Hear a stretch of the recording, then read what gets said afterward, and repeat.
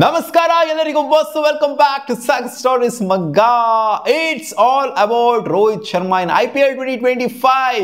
ಈಚೆ ಕಡೆ ಬರ್ತಾರ, ಒಳಗಡೆ ಉಳ್ಕೊಂತಾರ, ಈಚೆನ ಒಳಗಡೆನ ಅನ್ನೋದೇ ಸಿಕ್ಕಾಪಟ್ಟೆ ಸೀನ್ ಆಗ್ತಾ ಇದೆ.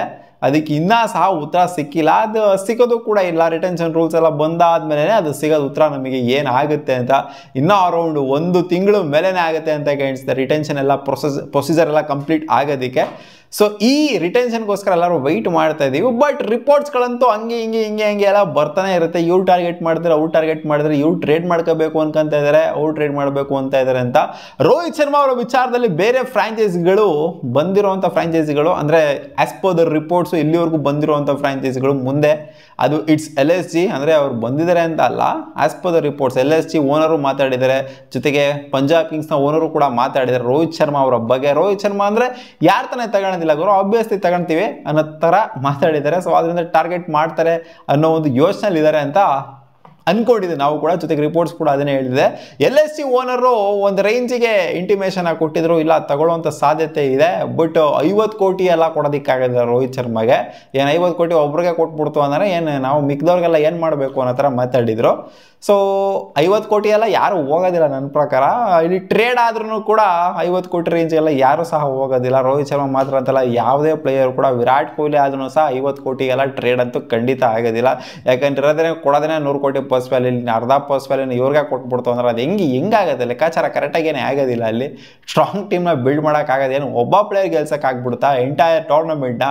ಆಗೋದಿಲ್ಲ. ಬಟ್ ಇವಾಗ ಹೊಸ್ದಾಗಿ ಆ ಕಡೆಗೆ ಬಂದಿರೋದು ಯಾವ ಫ್ರಾಂಚೈಸ್ ಅಂದರೆ ಇಟ್ಸ್ ಅಬೌಟ್ ಸನ್ರೈಸರ್ಸ್ ಹೈದರಾಬಾದ್. ಅವರು ಕಾವ್ಯ ಮಾರನ್ ಅವರು ಏನೋ ತಯಾರಿ ಮಾಡ್ಕೊಂತಿದ್ರಂತೆ ಈ ಟ್ರೇಡ್ನ ಮಾಡಬೇಕು ಅಂತ. ರೋಹಿತ್ ಶರ್ಮಾಗೆ ಸಲ ಕ್ಯಾಪ್ಟನ್ಸಿ ಕೊಟ್ಟು ಚಾಂಪಿಯನ್ ಮಾಡಬೇಕು ಅಂತ ಅನ್ಕೊಂತ ಇದ್ದಾರೆ ಅಂತ ಅಪ್ಡೇಟ್ ಬಂದಿದೆ. ಆಡನ್ ಮಾರ್ಕ್ರಮ್ ಅವ್ರನ್ನ ಕ್ಯಾಪ್ಟನ್ಸಿಯಿಂದ ತೆಗೆದು ಇವ್ರಿಗೆ ಕೊಡಬೇಕು ಅಂತ. ಆಡನ್ ಮಾರ್ಕ್ರಮ್ ಅವ್ರೇನು ಅಷ್ಟು ಏನು ಹೆವಿಯಾಗೇನು ಕಾಣಿಸ್ತಾ ಇಲ್ಲ.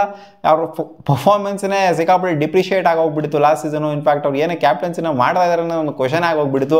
ಬೇರೆ ಪ್ಲೇಯರ್ಸ್ಗಳೆಲ್ಲ ಅವರ ಸುತ್ತಮುತ್ತ ಸಗದಾಗಿ ಪರ್ಫಾರ್ಮ್ ಮಾಡಿದ್ರು, ಅವರೇ ಪರ್ಫಾರ್ಮ್ ಮಾಡ್ತಾ ಇಲ್ಲ. ಸೊ ಆ ಥರ ಆಗೋಗ್ಬಿಡ್ತು ಲಾಸ್ಟ್ ಸೀಸನು. ಸೊ ಈ ಸೀಸನು ಕ್ಯಾಪ್ಟನ್ಸಿ ಚೇಂಜ್ ವಿಚಾರದ ಬಗ್ಗೆ ಯೋಚನೆ ಮಾಡಿದ್ರೆ ಸನ್ರೈಸ್ ಹೈದರಾಬಾದ್ ಅಂತ ಅಪ್ಡೇಟು ಬಂದಿದೆ. ಸೊ ಇವರು ಆ್ಯಕ್ಚುಲಿ ಡೆಕ್ಕನ್ ಚಾರ್ಜರ್ಸ್ ಅಂತ ಒಂದು ಟೀಮ್ ಇತ್ತು, ಗೊತ್ತಿರುತ್ತೆ ಅಂತ ಅನ್ಕೊಂಡಿದ್ದೀನಿ ಜಮಾನ್ದಲ್ಲಿ. ಸೊ ಆ ಟೀಮ್ಗೆ ಆಡಿದ್ರು ಆಲ್ರೆಡಿ ರೋಹಿತ್ ಶರ್ಮಾ. ಸೊ ಇವರು ಬೇರೆ ಫ್ರಾಂಚೈಸ್ಗೆ ಹೋಗೋದಕ್ಕಿಂತ ಮತ್ತೆ ವಾಪಸ್ ಹೈದರಾಬಾದ್ಗೆ ಹೋಯ್ತು ಅಂತಂದರೆ ಚೆನ್ನಾಗಿರುತ್ತೆ ಅಂತ ರೋಹಿತ್ ಶರ್ಮಾಗೂ ಒಂದು ಅನಿಸಿರಬಹುದೇನೋ. ಇನ್ ಕೇಸ್ ಏನಾದ್ರು ಟ್ರೇಡ್ ಆಯಿತು ಅಂತಂದರೆ ಬೇರೆ ಫ್ರಾಂಚೈಸಿಗಳಿಗೆ ಹೋಗೋದಕ್ಕಿಂತ ಲಕ್ನೋ ಅಥವಾ ಪಂಜಾಬು ಅಥವಾ ಬೇರೆ ಇನ್ಯಾವುದಾದ್ರು ಫ್ರಾಂಚೈಸ್ಗೆ ಹೋಗೋದಕ್ಕಿಂತ ಇಲ್ಲಿ ಸನ್ರೈಸರ್ಸ್ ಹೈದರಾಬಾದ್ ಕಡೆ ಬರೋವಂಥ ಲಕ್ಷಣಗಳೇನು ನನ್ನ ಪ್ರಕಾರ ಜಾಸ್ತಿ. ಇನ್ ಕೇಸ್ ಏನಾದ್ರು ಅಪ್ರೋಚ್ ಏನಾದ್ರು ಬಂತು ಅಂತಂದರೆ ಬಟ್ ಇದೆಲ್ಲದೂ ಕೂಡ ರಿಟೆನ್ಷನ್ ರೂಲ್ಸು, ರಿಟೆನ್ಷನ್ ಪಾಲಿಸಿ ಈಚೆ ಬರಬೇಕು. ಟ್ರೇಡ್ ಹೆಂಗಿರುತ್ತೆ, ಇದೆಂಗಿರುತ್ತೆ ಅನ್ನೋ ರೂಲ್ಸ್ಗಳೆಲ್ಲ ಈಚೆ ಬಂತು ಅಂದರೆ ಇದಕ್ಕೆಲ್ಲ ಉತ್ತರ ಸಿಗುತ್ತೆ. ಜೊತೆಗೆ ರಿಟೆನ್ಷನಲ್ಲಿ ರೋಹಿತ್ ಶರ್ಮಾ ಫಸ್ಟ್ ಈಚೆ ಕಡೆ ಬರಬೇಕು, ಅವಾಗ ಇದಕ್ಕೆಲ್ಲ ಉತ್ತರ ಸಿಗುತ್ತೆ. ಅವಾಗ ನಮಗೆ ಎಲ್ಲ ಓಪನ್ ಆಗುತ್ತೆ, ಯಾರು ಟಾರ್ಗೆಟ್ ಮಾಡಿದ್ರು, ಯಾರು ಏನೇನು ಮಾಡಿದ್ರು ಅಂತ ಕ್ಲಿಯರ್ ಕಟ್ ಇಮೇಜ್ ಸಿಕ್ಬಿಡುತ್ತೆ, ಕ್ಲಿಯರ್ ಕಟ್ ಪಿಕ್ಚರ್ ಸಿಕ್ಬಿಡುತ್ತೆ. ಬಟ್ ಇಲ್ಲಿ ಸನ್ರೈಸ್ ಹೈದರಾಬಾದ್ ಏನೋ ಫುಲ್ ಫ್ಲೆಡ್ಜ್ಡ್ ಆಗಿ ರೋಹಿತ್ ಶರ್ಮಾ ಅವ್ರ ಮಾತನ್ನೇ ಕೇಳ್ತೀವಿ. ರೋಹಿತ್ ಶರ್ಮಾ ಒಂಥರ ಇವಾಗ MS ಧೋನಿ ಅವರ ಮಾತನ್ನ CSK ಒಂಥರ ಯಾವ ಥರ ಕೇಳ್ತೋ, ಚಾಚು ತಪ್ಪಂಗೆ ಹಿಂಗೆ ಪಾಲಿಸುತ್ತೋ, ಆಪ್ಷನಲ್ ಇಂತಿಂಥ ಪ್ಲೇಯರ್ ಬೇಕು ಅಂದರೆ ಇಂತಿಂಥ ಪ್ಲೇಯರನ್ನ ಪಿಕ್ ಮಾಡುತ್ತೋ, ಅದೇ ಥರ ರೋಹಿತ್ ಶರ್ಮಾ ಅವ್ರಿಗೆ ಏನೇನು ಬೇಕೋ ಎಲ್ಲ ಫೆಸಿಲಿಟಿನೂ ಕೊಟ್ಬಿಟ್ಟು ನಾವು ಇಲ್ಲಿ ತಗೊಂಬಂದು ಕೂರಿಸ್ಕೊಂಡು ಆ ಒಂದು ಅನ್ಡಿಸ್ಕ್ಲೋಸ್ಡ್ ಅಮೌಂಟ್ನ ಕೂಡ ಕೊಟ್ಬಿಟ್ಟು ತಗೊಂಬಂದು ಕೂರಿಸ್ಬಿಟ್ಟು ಚಾಂಪಿಯನ್ ಆಗ್ಬಿಡೋಣ ಅಂತ ಯೋಚನೆ ಮಾಡ್ತಾ ಇದ್ದಾರಂತೆ. ಸೊ ಇದಕ್ಕೆಲ್ಲ ಉತ್ತರ ಇನ್ನೇನು ಕೆಲವೇ ದಿನಗಳಲ್ಲಿ ಸಿಗುತ್ತೆ. ಸೊ ಇವೆಲ್ಲ ಜಸ್ಟ್ ಊಹಾಪೋಹಗಳಷ್ಟೇ. LSG ವಿಚಾರ ಆಗಿರ್ಬೋದು, ಇವಾಗ ಹೊಸದಾಗಿ ಬಂದಿರುವಂಥ SRH ವಿಚಾರ ಆಗಿರ್ಬೋದು, ಆ್ಯಂಡ್ ಪಂಜಾಬ್ ಕಿಂಗ್ಸ್ ವಿಚಾರ ಆಗಿರ್ಬೋದು. ಸೊ ಇದೆಲ್ಲ ಜಸ್ಟ್ ಸ್ಪ್ರೆಡ್ ಆಗ್ತಾ ಇರುವಂಥ ರೂಮರ್ಸು, ಸ್ಪೆಕ್ಯುಲೇಷನ್ಸ್ಗಳು. ಸೊ ಇಲ್ಲಿ ರೋಹಿತ್ ಶರ್ಮಾ ಅವ್ರು ಈಚೆ ಕಡೆ ಬರೋದಂತೂ ಪಕ್ಕ ಬರಲೇಬೇಕು, ಅವರು ಈಚೆ ಕಡೆ ಬೇರೆ ವಿಧಿ ಇಲ್ಲ ಅವ್ರಿಗೆ ಅಂತೆಲ್ಲ ಎಕ್ಸ್ ಕ್ರಿಕೆಟರ್ಸ್ಗಳು, ಕಾಮೆಂಟೇಟರ್ಸ್ ಎಲ್ಲ ಸುಮಾರು ಜನ ಮಾತಾಡ್ತಿದ್ದಾರೆ. ಬಟ್ ರೋಹಿತ್ ಶರ್ಮಾ ಇಲ್ಲ ಗುರು, ನಾನು ಇದೇ ಫ್ರಾಂಚೈಸಲ್ಲೇ ಇರೋದು, ಅವ್ರು ಮಕ್ಕೂಗಿದ್ರು ಅಷ್ಟೇ, ಏನು ಮಾಡಿದ್ರು ಅಷ್ಟೇ, ಉಪ್ಪು ಖಾರ ಹಾಕಿದ್ರು ಅಷ್ಟೇ, ನಾನು ಇದೇ ಫ್ರಾಂಚೈಸಲ್ಲಿ ಇರ್ತೀನಿ ಅಂತಂದರೆ ಏನೂ ಮಾಡೋದಕ್ಕಾಗೋದಿಲ್ಲ ಅವಾಗ. ಸೊ ಎಲ್ಲರೂ ಎಕ್ಸ್ಪೆಕ್ಟ್ ಮಾಡ್ತಾ ಇದ್ರು ರೋಹಿತ್ ಶರ್ಮಾ ಅವ್ರು ಈಚೆ ಕಡೆ ಬರಬಹುದು ಈ ಸೀಸನ್ನು ಅಂತ. ಬಂದರೆ ಅದು ಯಾವ ಫ್ರಾಂಚೈಸ್ನ ಸೇರ್ಕೊಂತಾರೆ ಅಂತ. ಒಟ್ಟಲ್ಲಿ ಈಚೆ ಕಡೆ ಬಂದರು ಅಂತ ಅವ್ರಿಗೆ ಕ್ಯಾಪ್ಟನ್ಸಿ ಡಿಮ್ಯಾಂಡ್ ಅಂತೂ ಖಂಡಿತ ಇದ್ದೇ ಇರುತ್ತೆ. ತಗೊಳ್ಳೋರು ಬರೀ ಆಸ್ ಎ ಪ್ಲೇಯರ್ ಆಗಂತೂ ತೊಗೊಳೋದಿಲ್ಲ Rohit Sharma, as a captain ಆಗಿನೇ ತಗೊಳ್ಳೋದು. ಯಾಕಂದರೆ ಕ್ಯಾಪ್ಟನ್ಸಿ ಡಿಮ್ಯಾಂಡ್ ಸಿಕ್ಕಾಪಟ್ಟೆ ಇದೆ ಈ ಸೀಸನು. ಸುಮಾರು ಕ್ಯಾಪ್ಟನ್ಸ್ ಅಂತೂ ಚೇಂಜ್ ಆಗೋರಿದ್ದಾರೆ.